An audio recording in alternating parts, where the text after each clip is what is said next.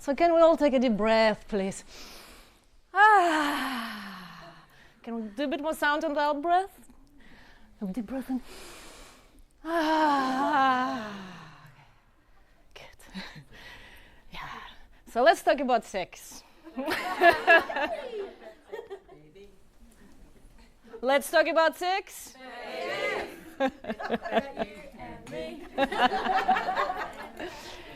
And I love talking about sex. I love having sex. I love teaching people how to have better sex.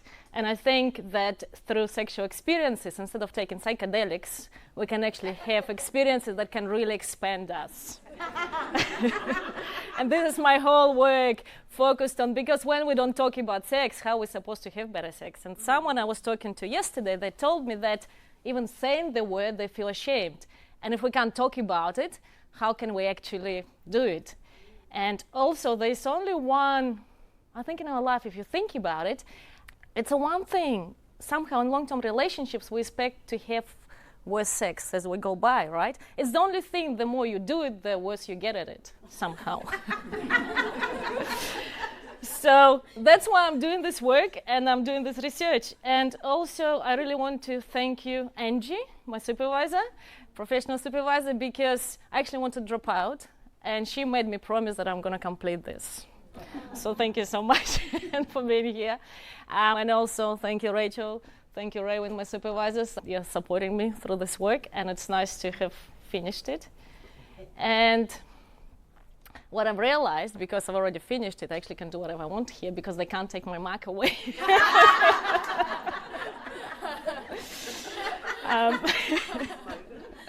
And I work with women. I love working with women, and I love group work. So that's why I just wanted to prove my experience of working with women, that actually I'm not just making it up, but there's scientific research now that says group work is so wonderful to empower women, because I believe that shame survives in the darkness, and when we bring it out, when we start speaking about it, then it starts to drop. And also that women, quite often they come to me and they say, I can't even speak. Like I want some, I can't even say anything, and our words get stuck in our throat.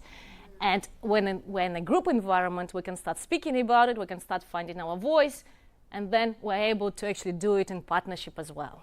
So the more we talk about sex, the better it is. Why I'm actually doing masters, I've just remembered it now, because once I was invited to teach sex therapists, and I was teaching them tantra and sacred sexuality, and they told me, oh, we just sit with clients, we don't do it ourselves, you can't take us through the process. And then they wouldn't let me actually stay at the conference. They said, because you're not qualified. So I thought I better get qualified so I can go to those places.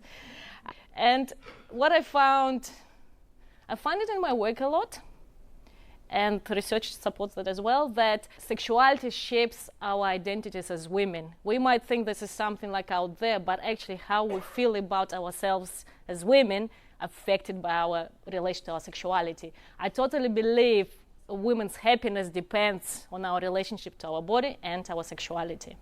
That it's such a foundational relationship, but we put it so on the side, and there's so much shame and there's so much trauma. Like 24 to 30% of women experience sexual trauma, and I think it's actually more than that. When I did my postgrad, I looked at the sexual trauma a lot. So this one, I decided I'm going to go with the positive spin. What I do in my work is empower women. And I looked at what empowerment means. There's choice, there's action, and it's relational. So first, empowerment is when we're able to make a choice. And then we have to be able to actually implement it for the better outcome. So sometimes we just make a choice, but if we don't follow through, that's not empowered. Yeah, we're just kind of sitting there and thinking about it. And then it's a relational process. So community is super important. And that's why, again, for sexual empowerment, group work is so good, because it's a relational process. And also what empowers one person might not empower another one. And what sexual empowerment frameworks, I looked at different ones. There was a big concern that now in our culture there is this sexualization. That's actually quite a big point, now that I can't say the word. What I wanted to tell you a story, that when I came to New Zealand, I couldn't speak English at all. And when I went to university and I was doing accountancy, I became chartered accountant, And I remember we had to do a presentation, and I was standing there, and because I was so scared, the words I was saying, they weren't making sense. So now if a word makes sense to you, you can clap and say, wonderful, I've done well. Because it's, for me to actually be able to say it, it's like, wow, it's a very healing experience. And again, it's that power of the group work, because I feel like we've been together, and I trust you, and I love you, and I feel there's this, it's a very healing experience for me. And that's what I bring to women when we come together in a loving group. It's such a healing experience. Where was I? You can't take my mic away. So, yes, there is this quite often, especially in teenagers, we appear powerful, especially when we use sexuality, right? But we actually don't feel powerful. We don't feel empowered. So there's a big distinction. It's not for the others, but it's actually for me. How do I feel in my sexuality? And that's a really important distinction.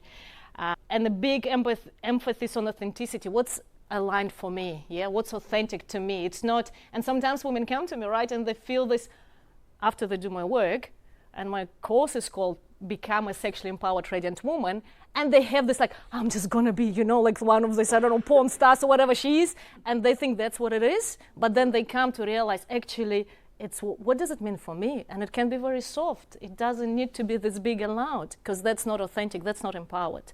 So that's an important piece. Then the radical sexual agency, where if we break all the stigma, we break taboos, and the way it should be, Stereotypes, yes, that's the word. So it's actually, what does it mean for me? I should get to my research, huh? You've got time. Yeah, I've got time. We're Good, here. cool. And it's a journey. It's not a destination. That's an important piece, yeah? That how I was in my 20s, how am I in my 40s, how am I in my 60s is a destination. And what's important, it's really amazing for me. When I work sometimes with a group of women, I have a 20-year-old and a 70-year-old. And it's so beautiful to see the journey and how it's never too late, that it's a real journey of how we become into our empowered state. Again, the importance of supportive relationships. And again, like, we don't talk about sex, right? So it's like, oh, it's my thing. But actually, when we start talking about it, that's when we shift the perception, that's when we become more open and shift the consciousness around it. And also the multiple perspectives, right? Because we can see ourselves, this is the way it's expressed, and we build our sexual identity from where we're coming from our parents, our communities. But when women come together, and we can see all different flavors, because quite often we just do one flavor, and then 30 years later, it's so boring, the same flavor. But when we see different flavors, and what if I can play with that, I can play with that, and I can be that, and I can be that, then it's never boring. So my idea, the polyamory thing, is that actually, if we embody different identities, we can stay with the same person and actually have so much more fun, because there's so much more safety and security. So that was my research question. In what ways does group therapy contribute to women's sense of empowerment in their sexuality? I really wanted to do this work so I can do better work, and also because there's so much more accessibility when we do it in groups. I use the constructivist framework. Anyone knows what that is? People construct their own perspectives, so there can be multiple experiences and multiple meanings. Exactly. That's what I use, because it really helped me to look at women's experiences from their perspective. There's no right way of doing it. I found 6 themes that came up from the research. Theme number 1 was I'm not alone. And that's what I see again and again. It's a finding, I'm not alone in this, because we think this is just my problem. But then when we see other people having the same, it's like, oh, and it becomes lighter. Yeah, and it reduces our shame. Second one, that I'm good, I'm beautiful, and I'm enough. And that's, I tied up the attachment theory to that, because I work with couples, and I think because sexual experience is a relational experience, so attachment theory works really well with that, and because I'm trained in EFT. So through group experience, we transform our working model of the self. And they usually get formed when we grow up, but then because of the neuroplasticity, we actually can shift them. And so when women are with other women, and they're, oh, actually, I'm not ugly. Actually, I'm normal. Actually, I'm okay. We can transform our view of self. I'm good, and I'm a forgivable person. I'm beautiful. I'm enough. I might not be perfect, but I'm okay. And actually, at the end of my work, sometimes I work with women for like 3 months, and at the end, she says, I'm okay. And that's the biggest thing that she could get out of it. It's amazing. It's just such a simple thing, but but she feels it in her body. And then there's theme number 3, I see goodness in people, and that's where we change the working models of other people, because people start to see, actually, other people are kind to me. And that's what I've experienced here with you, because after we did this stupid thing, what was it, the debate, I really went into my shame big time. Like, I collapsed into shame so much, and I really felt it. And it's called post-disclosure shame, that's what I found through the research. We need to be very careful. Once we disclose something, we need then to be able to hold people through the experience of disclosing.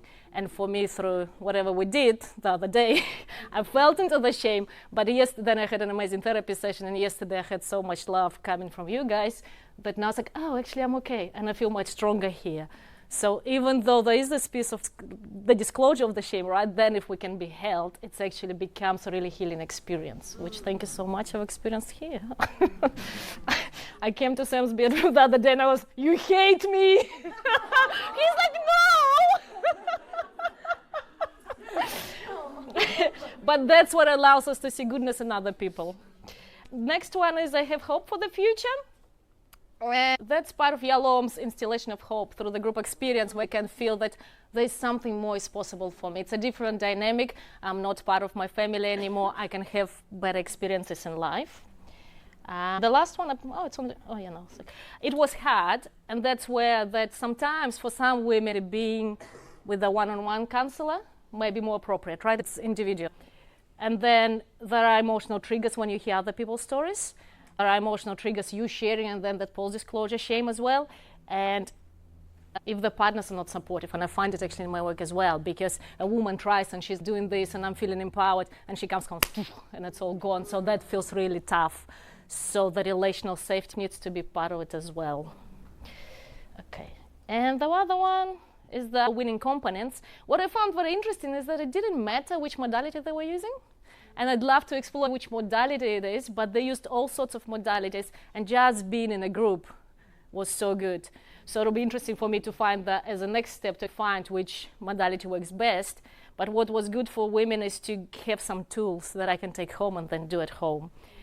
Was also interesting that they were all women-only group that works the best, and one had a male therapist at some point, and then that actually helped them to change the view of the males. Which I was thinking, interestingly enough, when we went to sauna here for the women's only day, 14 women, all naked, and there's this guy comes in, what do you call him? He was serving, he was like, he's all dressed and we're like all naked, and he just put in steam on it. And I thought maybe that's part of it, that now we have a better view of the males, because that felt safe. And mindfulness was a big thing. And I think mindfulness, somatic body-based practices actually really help us to feel safe. Then we can take them home and do that at home. So implications, do group therapy for anything, especially for sexual empowerment. And that's in group therapy, we do the attachment theory in action. And then that we need empowerment requires safe community. And also the other piece was very good facilitation. If facilitation wasn't good, it all falls down. Yes, so very important to get training in facilitation before we actually do group work. And I think sometimes people feel like I can just do it, but actually in New Zealand there's amazing facilitation training, highly recommend. Energy, she wrote a book, Dale Hunter, she even wrote a book about it, but she's amazing at teaching how to facilitate, because it's an important skill if we want to do the group stuff. For future research, post-disclosure shame, how to handle it better, and knowing that when we do the group, then there is follow-up. That's what's really important. Have some individual therapy, and also compare group versus individual therapy, how it works, and efficacy of different modalities. My conclusion? It was so wonderful to be here. Thank you for receiving me. Yeah, and it gives me a lot of energy to keep on doing my work. And please keep on talking about sex. And remember that you're enough and you deserve joy.